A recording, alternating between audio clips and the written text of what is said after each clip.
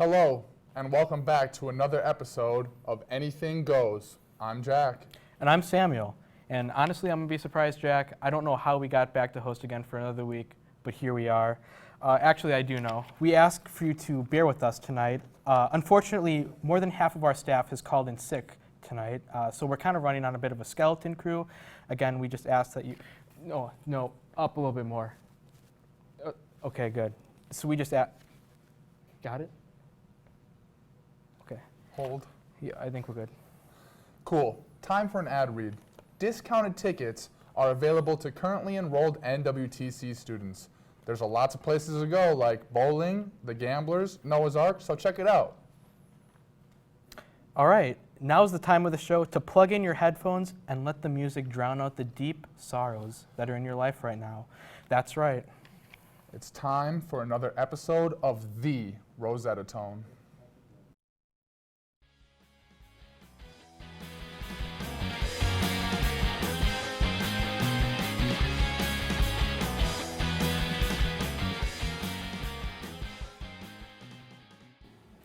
Hey everybody, welcome to the Rosetta Tone, the show where we take the language of effects pedals and then translate them to different weird instruments. I'm Scott. And I'm Grayson. We worked with some pretty wild and versatile effect today, one that's been in classic rock, metal, indie rock, and pretty much any type of music. The effect we're talking about today, fuzz. It's a fuzz pedal. Fuzz gained popularity in the 60s and 70s with guitarists attempting to get louder with more distorted tones. One of the most famous users of fuzz was Jimi Hendrix, so a lot of his recordings featured the effect. As usual, we're going to show you the effect through a guitar, which is usually as it's heard. Here is the sound of the guitar without the fuzz.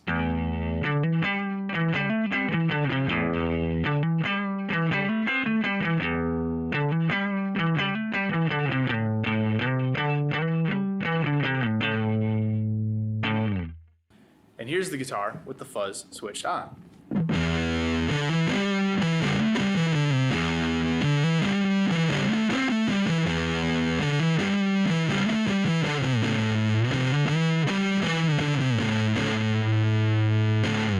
Fuzz was originally discovered accidentally during a country music recording when a bass player was recording through a broken console. This annoyed the bass player, but the producer heard something that nobody else was creating, and they decided to run with it. And the rest is history. I did not know that. You know, Grayson, I thought the fuzz effect would be a little more subtle of a distortion than the other distortions, but this one's a lot more crazy.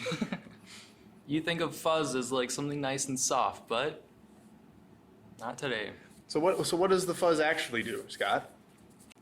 Well, you see, the fuzz effect heavily distorts and compresses the audio signal. It makes the waveforms clip and square off at the tops and bottoms, which introduces a lot of extra harmonics. Technically speaking, this should make the audio sound really crappy, but it's just super rock and roll. You know what else is super rock and roll, Scott? What? Taking a metal box and putting it through another metal box. Let's hear how it sounds. Let's do it. Here's what the synth sounds without the fuzz.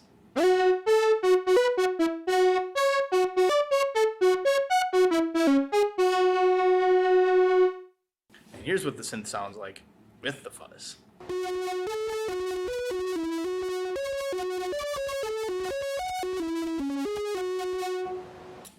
You know, Grayson, that was pretty cool, but it seemed like kind of a, typical instrument, sort of, Yeah. I mean, what's something really, weird that we could use?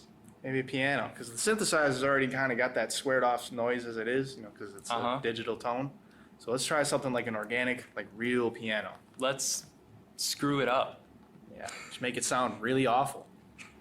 Here's what the piano sounds like without the fuzz.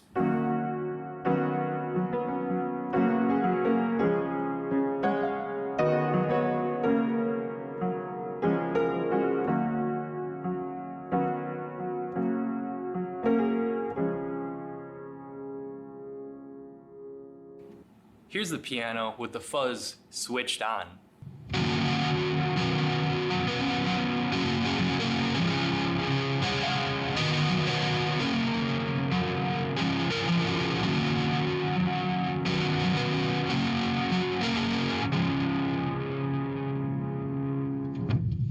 Wow, that sounded pretty ridiculous. I've never heard a piano with that much distortion on it. You know, it sounded pretty stupid, but in a way, it's very relaxing. Very metal. Very metal. Very metal. There's a whole lot of effects out there, begging to be heard in ways that they've never been heard before. And it can only happen through the Rosetta Tone. Wow, that was pretty dapper if I do say so myself. I'll say, just the way the strings were strung and the piano keys were keyed. All right, say Jack. What's up? I gotta, no, you're too, you're in the scene. I'm in the shot? Yeah, back. You gotta reattach that too. Oh gosh, no. Brandon, all right, I'm just gonna keep going. In your opinion, is murder bad? Don't just, no. Okay. Just, is murder bad? Well, honestly, that's a really good question. Let me consult my ethics book. Oh boy. You have an ethics book here? Or? Jack, that's in Russian. Huh? No, that's Russian. That's not. Yeah, murder's totally fine. Look, why don't you read this book instead, all right? Look, this is a real ethics book. In the meantime, here's another episode of Murder in the Making.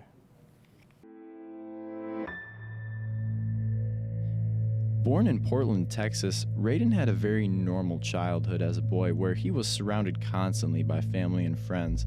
However, as he grew older, his family noticed that he started to become more distant and started to lash out more. So the question remains, is Raiden capable of murder?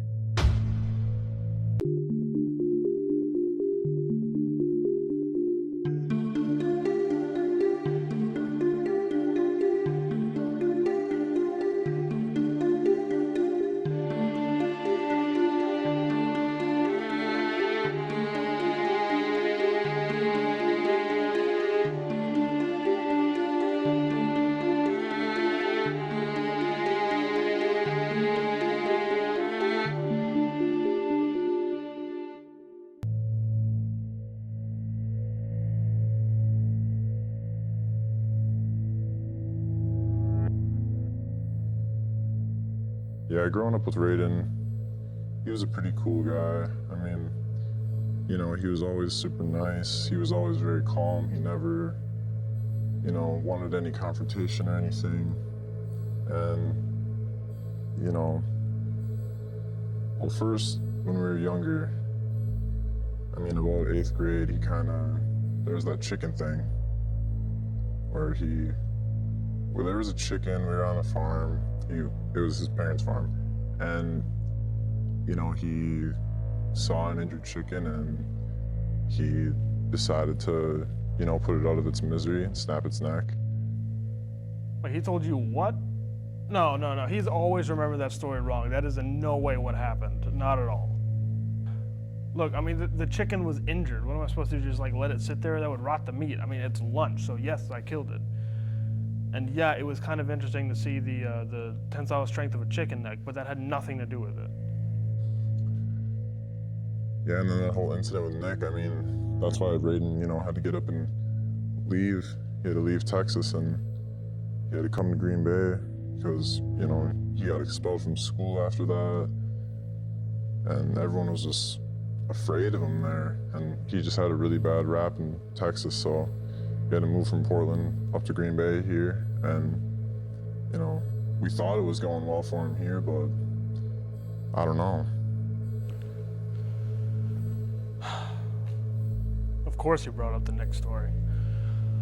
All right, so I was in high school. There was this guy, Nick. He always talking to my girl. He wouldn't leave her alone, and then he was just always talking about me behind my back in front of everyone, to all my friends and everything, spreading all these nasty rumors. You know what that can do to people. So I walked up to him one day and I confronted him, told him to just stop, and he wouldn't stop, and he just got in my face, and I just saw red. I blacked out. Next thing I know, I'm being put in the back of a cop car, and I have blood all over me, and I don't know if it's mine or his. And yes, he lived, but he was in the hospital for a little while. You know, with the chicken thing, that was just, no, he wouldn't hurt anybody like that. I mean, he wouldn't kill anybody. At least I don't think so.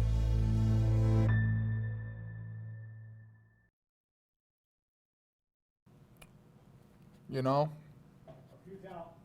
philosopher Robert Young once said, if killing another human being is morally wrong on at least some occasions, I mean, obviously, then what precisely makes it wrong on those occasions?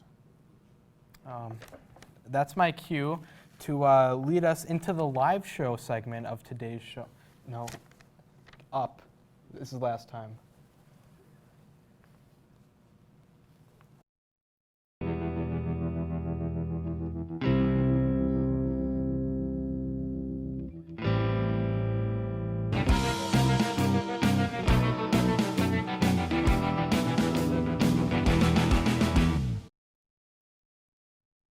What's up? Welcome back to Anything Goes Live. So don't worry, even though this seat is empty, Luke is here. He's just off screen here. He's going to kind of help us out with the game we're going to play today. But real quick, as always, I'm going to address the murder investigation show and just say that it is all allegations right now. Nothing is concrete.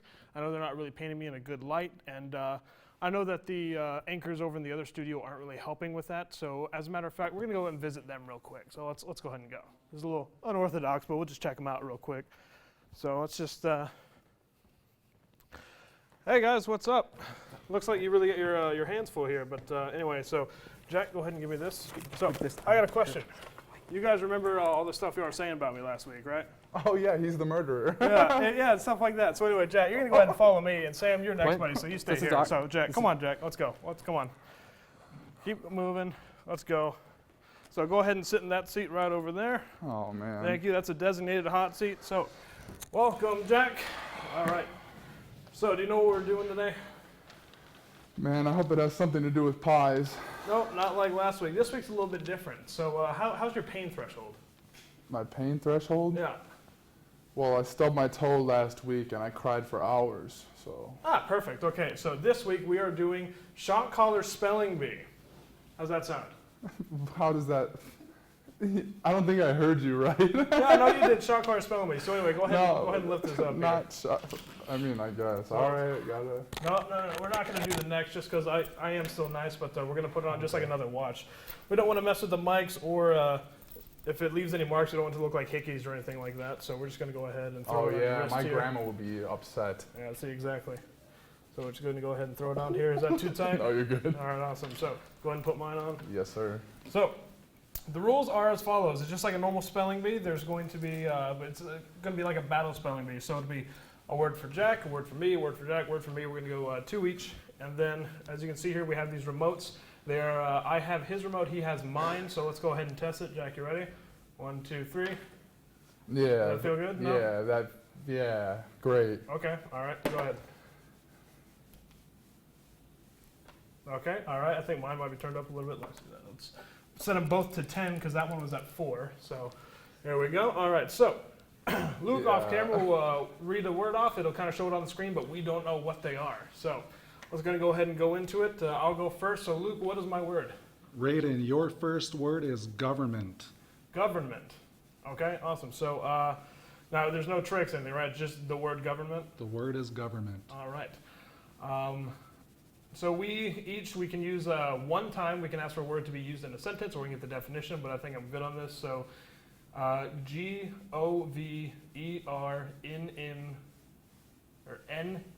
just so you know, E-N-T. Can you repeat that for me? Your Texas accent kind of screwed me up there a little All right, bit. yeah, I figured. All right, so government. So G-O-V-E-R-N-M-E-N-T. That is correct. Awesome. All right. So no shocking this time, Jack. So anyway, what's Jack's word? Jack's word is definitely. Okay, definitely. I definitely don't want to do this. So I used it in a sentence. There you go. Perfect. Definitely. D-E-F-I-N-I-T-I-L-Y.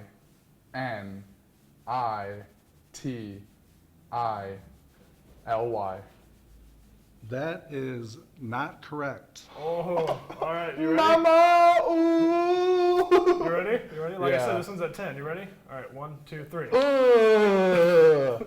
Bro, why does my mouth taste like nickels now? All right. So the correct spelling was Definitely. Oh, definitely that's the right Oh, way to he was spell thinking it. the other definitely. Like Gotcha. Raiden, I will definitely be at your trial for Dawson Creek's murder. Oh. Well, we didn't ask you to use it in a sentence, Luke, but thanks anyway. So, what is my word? Your next word is separate. Separate. Okay. I'm going to go Separate. That is not right. Oh. The okay. correct spelling is Separate. Are we sure? I am I know you're positive. dyslexic. Did we get that right? We got that one right. All right. Anyway. You didn't even give me a warning or anything, man. All right. Anyway, so we're right now tied. What? Well, I got one. I got and then he doesn't have none, anything. yeah. So if he gets this, then we tie. Correct. All right. We do have a tiebreaker. So anyway, what's his next word? The next word is receive. Okay, receive. Receive. That is correct. We're not in kindergarten. Maybe it could have ramped up difficulty a little bit. I mean, I know we both got one wrong. Hey, I didn't know that was right, honestly. All right, that's why we got the best one for last. So now these are some of actually the most commonly misspelled words. Oh, okay. So- Gotcha. But Well, evident here. here we go. The last word is accommodate. Accommodate. Okay, so you're gonna listen to me, or here we'll go at a letter at a. I don't know how we want to do this. Do you have more than one for a tiebreaker? Or is it just that Or one? is it just that It's one? just that one. Just that one. Okay. All right. Go ahead. If you get it right, then you Okay. win. I'm gonna go off camera. I'm gonna tell it to Luke. So just kind of like look at Jack here. Jack, do something funny. So, all right. So it's accommodate. I'm gonna whisper it here. ACCOM. Wait, accommodate. Do something funny. I just got shocked. I'm shocked. They better accommodate me Accommodate. with better accommodations. ACCOMODATE. Okay, Jack, you're Took me next. a minute. All right, Jack, go ahead. That took me a minute. But anyway, go over there and see if you can spell it right. He could just spell it right here. Yeah, Oh, yeah, that's fair.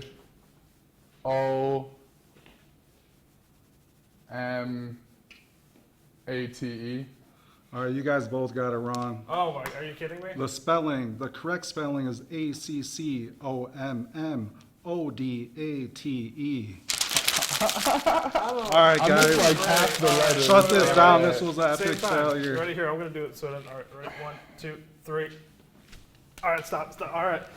All right. So anyway, Jack, I think that relieves you. I think we are good now on what you were saying last week. Well, so, okay, are you the murderer or do we not know yet? It's all allegations, It's all so they haven't allegations, revealed okay. anything. So anyway, thanks for coming on this week. So you go ahead and go back over there to the disaster that is this show. So anyway, I still haven't won. It's been 3 weeks. I'm starting to get a little annoyed, but we're going to go ahead and stop the torture there. Otherwise, they might think that I actually did commit murder, which I didn't. But anyway, let's go ahead and throw it back over to those guys in that studio. Thanks, everyone. You know, we may not have that, but what we do have over here is philosophy and meaning in life. And honestly, I was just reading before he took this away from me. You know, philosopher Joseph Brownstein, that's a funny last name, states that there is a lot of aggression and ill will in certain types of humor. And he says that it's just a reflection on some of the negative aspects of human nature. You know, thank you. You're very brave, and I want you to know that you've enlightened not only me, but I think everybody around here that's been watching tonight. Just know that. Thank you. And speaking of enlightened people, the good fellows over at my city, they've cooked something up, a beautiful little episode for you guys. They truly have. And trust me when I say that we're not biased at all. So here's another episode of My City.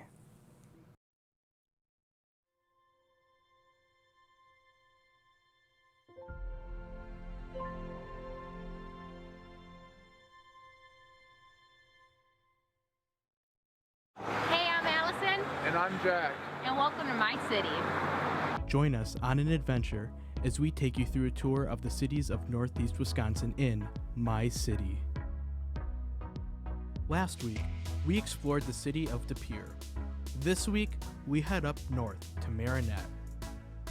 Right off the bat, here's Jack and Allison at Stevenson Island. We're standing here at Stevenson Island. Stevenson Island is an island in between Menominee and Marinette, so both states.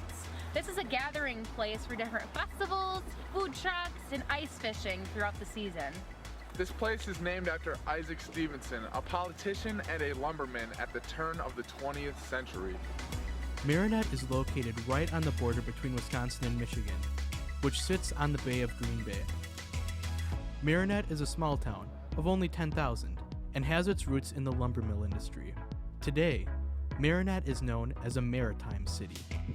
Marinette is a booming hub for industrial activity.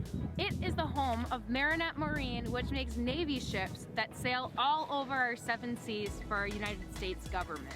Marinette has become an irreplaceable center for the U.S. Navy, having now designed and built more than 1,500 vessels. One of the most well-known hotspots in Marinette today is Mickey Lou's Barbecue. In fact, we all decided that we needed to go check this out ourselves.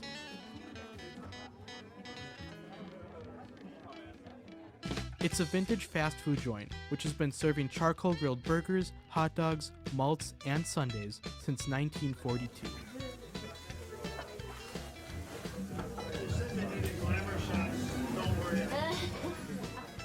Mickey Lou's helps capture that 50s rock and roll Americana vibe. With only a few select items on the menu, ranging from burgers to milkshakes, it's a place that knows what it's about and does that well. Even our videographer and editor showed up today and seemed to enjoy the food thoroughly. I know I did too. And that's it for this episode of My City. Join us next week as we head back down south to Oconto.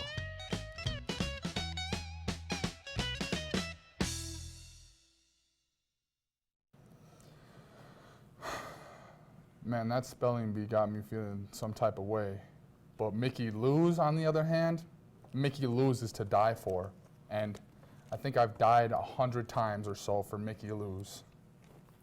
Okay, I changed my mind. I think that's actually enough reading for tonight. But anyways, speaking of the Louisiana Purchase, the NWTC March Madness tournament and the picks are due by March 19th. First place cash prize is 50 big ones. Second place is half that at 25, and third place is $10. Brackets can be emailed to student.involvement@nwtc.edu. Wow, that's pretty awesome. You know, I have half of my loan money on Stephen F. Austin University. Man, good luck with that. I got my money on Girl Scout Troop 113. Also, after light of events tonight, if you or anyone in the nearby Green Bay area knows how to operate a boom mic properly, please send in your applications to NWTC ASAP. But on that note, that'll be it for this episode of Anything Goes. Take care, and like Kelly Pickler once said, I thought Europe was a country.